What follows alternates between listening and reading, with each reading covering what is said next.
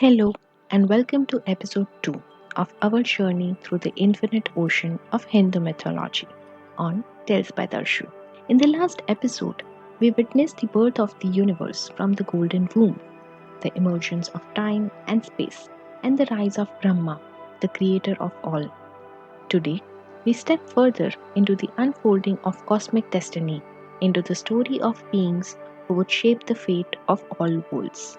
We will explore the birth of Devas and Asuras, their eternal rivalry, the first great imbalance of the cosmos, and how it set the stage for the most magnificent endeavor of all time, Samudra Manthan, that is, the joining of the ocean. So take a deep breath and let us begin. For the story now moves from creation to the rise of life and eternal battle between light and darkness. After creation unfolded, Brahma, the creator, sought to populate the cosmos with beings. Brahma created the Saptrishis, the seven great sages. They were not ordinary beings but embodiments of divine wisdom. Each one was a guiding light, entrusted with preserving sacred knowledge and dharma across all ages. The seven were Atri, Brigu, Pulaha, Kratu, Vasisht, Pulatsya, and Angiras. Each sage became the root of a great lineage. Marichi's line gave rise to Kashyap, the father of countless beings. Atri's lineage brought forth the Tatray, a figure blending Brahma, Vishnu, and Shiva. Vasisht became the royal priest of kings, guiding dynasties with dharma. The sages spread across the universe, carrying with them the Vedas, knowledge eternal. They became the stars in the northern sky, the Saptrishi Mandal, guiding travelers across oceans even today. Alongside the Saptrishis, Brahma brought forth the Prajapatis, the lords of creation, from his own mind and body, who would become the forefathers of gods, demons, humans, animals, and all living beings. Among them were great names like Daksh, Kratu, Marichi, and many others. Each carried the seed of lineages shaping the diversity of existence. Each was given a task. Daksha, meaning skill, was given the power of fertility and ritual. Kashyap, destined to father the entire races of creatures, from gods to demons, birds to serpents. Others followed, each carrying a spark of creation within them. It is said that even the great celestial beings we know today trace their ancestry through these Prajapatis. Through them, the universe became not just an empty stage, but a living, breathing world filled with countless beings, each playing their part in the eternal drama. Kashyap was chosen to father the first great races of the universe. He married the daughters of Daksha, Aditi, and Diti, two sisters whose destinies were intertwined forever. From Aditi's womb came the radiant Devas, beings of light, guardians of Dharma, protectors of the world. Their leader was Indra, the king of heavens, radiant as the sky, mighty as the storm. Alongside him were Varun, Mitra, Aryaman, Vayu, and many others, each a force of cosmic order. From Diti's womb came the Asur, formidable beings of strength and ambition. They were Hiranyaksh, Hiranyakashyap, Mahabali, and others, whose hearts burned with pride, whose minds sought power, and whose presence would forever challenge the Devas. And thus, though born of the same father, Deva and Asur were destined to oppose each other, their enmity a natural law woven into the fabric of creation. In time, the Devas and Asurs clashed in a battle that shook the heavens. The Asurs sought to overthrow Devas and claim the heaven for themselves.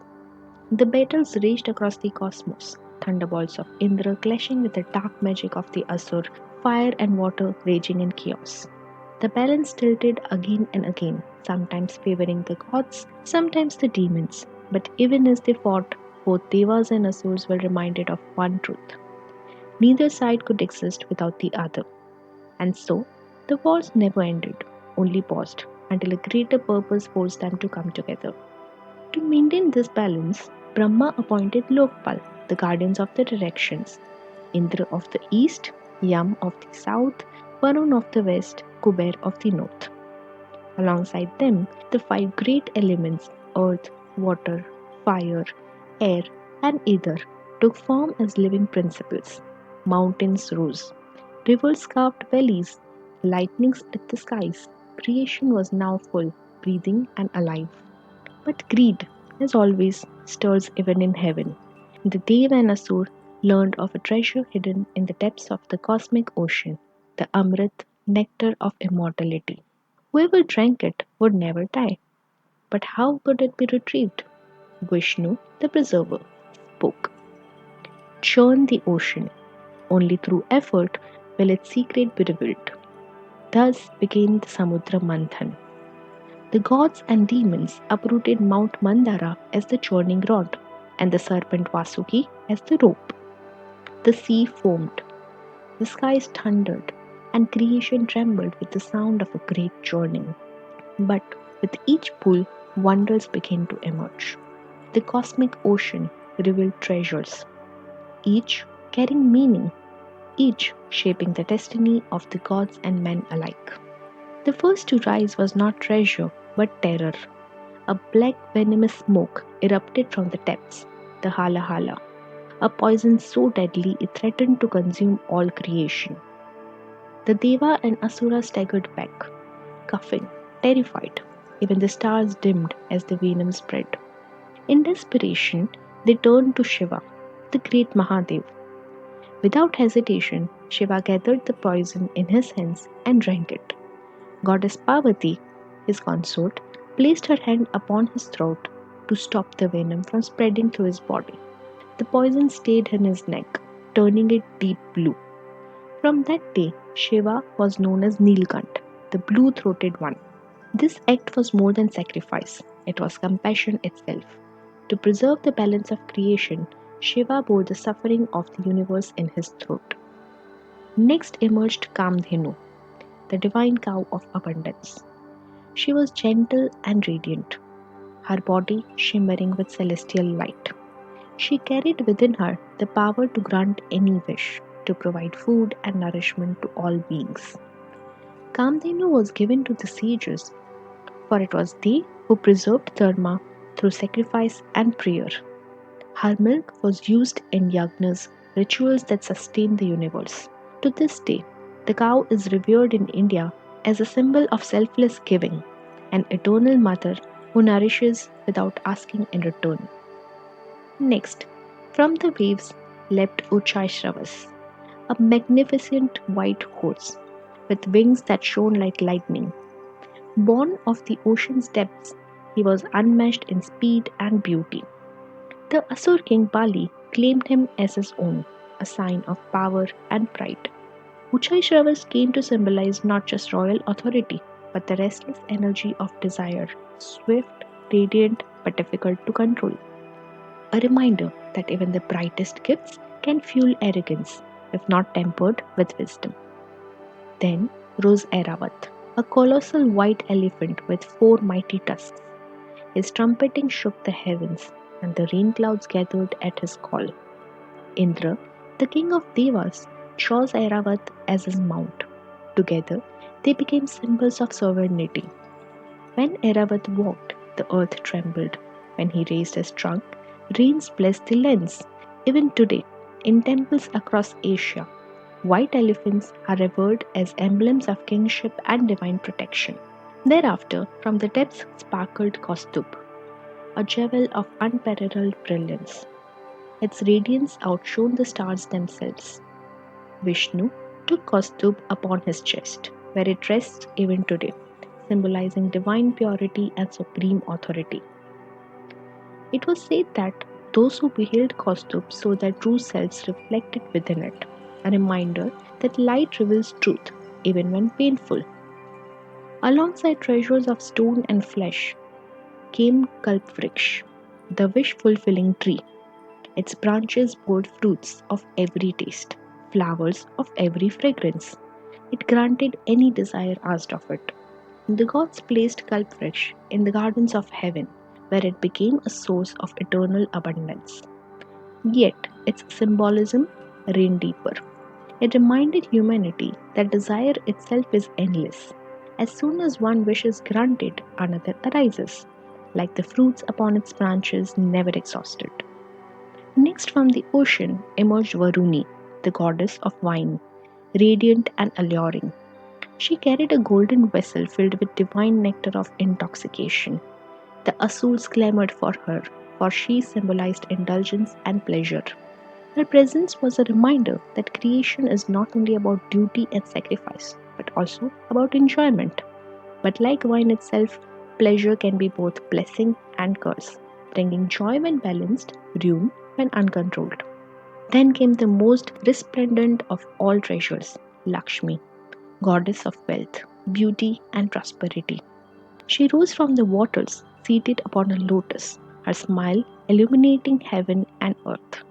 Both Deva and Asur gazed upon her in awe, but her eyes fell upon Vishnu. She garlanded him, choosing him as her eternal consort. With her arrival, abundance filled the heavens, balance was restored, and Devas rejoiced. Lakshmi's presence signified that the prosperity follows preservation, that wealth serves those who protect harmony, not those who exploit it. At last, the treasure for which all had toiled arose Amrit, the nectar of immortality. Held in a shining pot by Dhanvantari, the physician of gods, it glowed with the essence of eternity. The Asuras surged forward to seize it, unwilling to share. A battle nearly erupted, but Vishnu intervened. Taking the form of Mohini, the enchantress of incomparable beauty, Vishnu entranced the Asuras. They sat mesmerized as Mohini distributed the nectar to the Dev. By the time the Asuras realized the trick, it was too late. The god had drunk the Amrit, gaining immortality. One Asur, Rahu, disguised himself to drink as well. But before the nectar could pass his throat, Vishnu struck him with his discus, severing his head. His head, immortal, became Rahu, who swallows the sun and moon to cause eclipses. His body Ketu wanders the skies as a shadow. Thus, the nectar brought not only immortality but also a new celestial forces into being. The betrayal at the Churning led the first great war of the cosmos. Heavens roared with thunder and fire. The battle between Deva and Asuras raged across the skies, shaking mountains and stirring oceans. But the nectar of immortality gave strength to the Devas. In the end, Asuras were cast into the netherworlds, their fury burning but their power broken. And so, the universe was no longer silent. It had gods and demons, sages and kings, battles and alliances.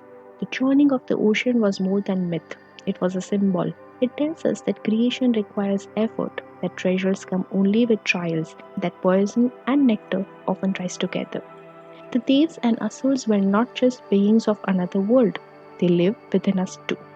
Every human heart is a battlefield where light and shadow wrestle. The question is not whether one exists, but which we nurture. This was the dawn of divine struggles. Ahead lie greater tales, the descent of Vishnu's avatar, the stories of Shiva's cosmic dance, the rise of Ram and Krishna. If you don't want to miss out on those epics, please do click subscribe and press that bell icon. Thank you for being here on Tales by Darshu. See you soon.